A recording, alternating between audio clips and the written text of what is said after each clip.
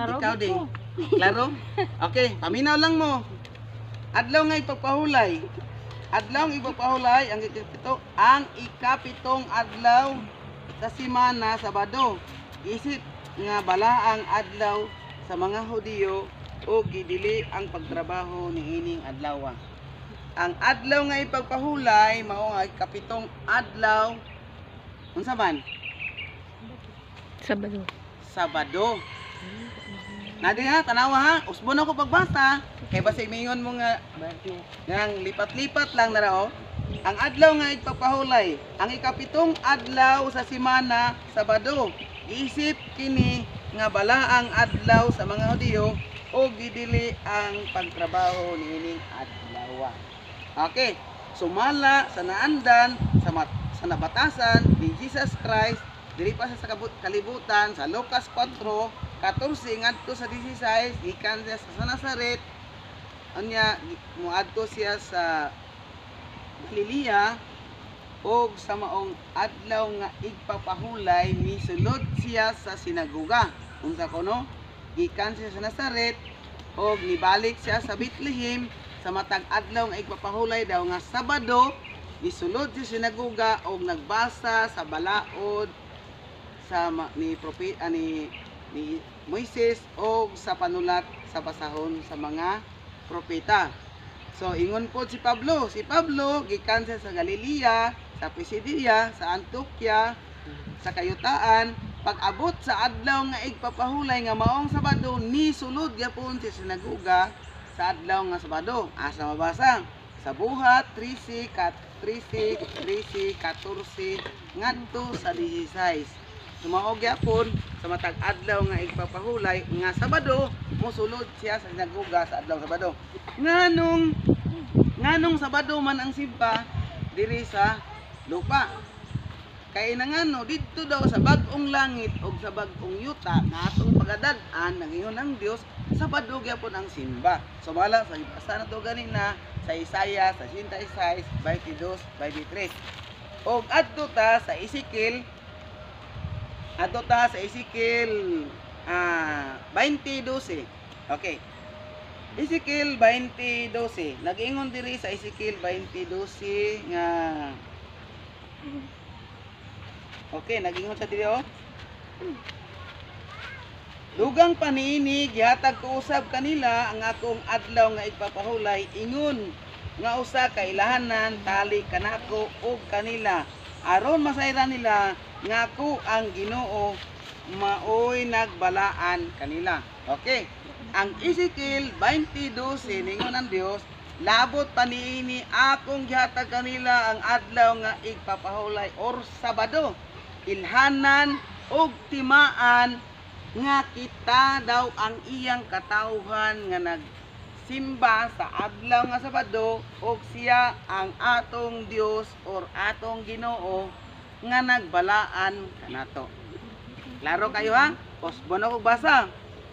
Ang Ezekiel 20:12 nag-ingon sa diri dugang panini gihatag ko katawhan sa Dios o ang Dios nagbalaan niini. Ang pangutana, kanibang nagsimba og lain nga adlaw, Biyernes ug sa Domingo, katawhan ba ni sa Dios? Ang tubag makita sa Juan 10:16. Nagingon ang Dios, aduna ako'y turil. Gawas inin turila, aduna ako'y mga karniro nga sa palibot ini o pinagi sa tuang pagtawag kanila o pinagi sa akong tawag Tuhan muduol kanako og musimba sa matag adlaw nga igpapahulay ingon man ang Jerusalem. Okay. Dito sa Israel o dito sa Judea karon ang ilang adlaw nga simba nila dito Sabado. Sa wala pa si Jesus Christ, Sabado na ilang simba dito sa Israel o sa Judea.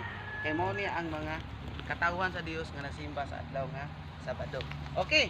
Pamatudan na to sa napulo kasugo naa dito sa Exodus 20 verse 8. Sa Exodus 20 verse 8 kana sa napulo kasugo ha apil siya niini. Ang Exodus 20 verse 8 nagaingon sa dito sa Exodus 20 verse 8 Nagaingon sa dito, Exodus 20 verse 8. Nagaingon sa diri sa ikaupat nga sugo, hinumdumi ang adlaw nga igpapahulay og balaan na kini, makatrabaho kamo sulod sa unong kadlaw, apan ang ikapitong adlaw igpapahulay ang nga gigahin alang kanako, ayaw kamo pagtrabaho niining adlaw ni ang inyong mga anak nga ulipon o ang kahayupan o ang langyaw nga magpuyo sa inyong mga kalungsuran. Sulod sa unong kadlaw gihimo ko ang langit ug ang yuta ug ang kadagatan ug ang tanan nga anaa kanila, apan nipahulay ako sa ikapitong adlaw. Busa gipanalanginan ko ang adlaw igpapahulay o gibalaan kini.